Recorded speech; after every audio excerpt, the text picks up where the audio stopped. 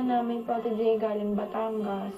Iboto din ako. Supportahan po. Sigurado po na lamang po si Jensen sa votes. Dahil po tinutulungan po siya ng mentor niya na maglakad po para sa mga textbook sa suporta ng mga kababayan nila. Yung at first po, na-offend po ako kasi tingin ko lang naman po meron kanya-kanya po yung mga strategy, yung mga mentors namin kung paano kami susuportahan. Basta yung rules of the game, wala kang binabiolate. Wala akong dapat explain kahit kanino. Ganun na kasimple yun. Ginagalingan ko naman po tuwing Sunday. Sa tingin ko po na-appreciate po talaga ng tao yung performance ko every Sunday. Hindi lang po yun dahil sa nangangampanya kami, kaya dumadami.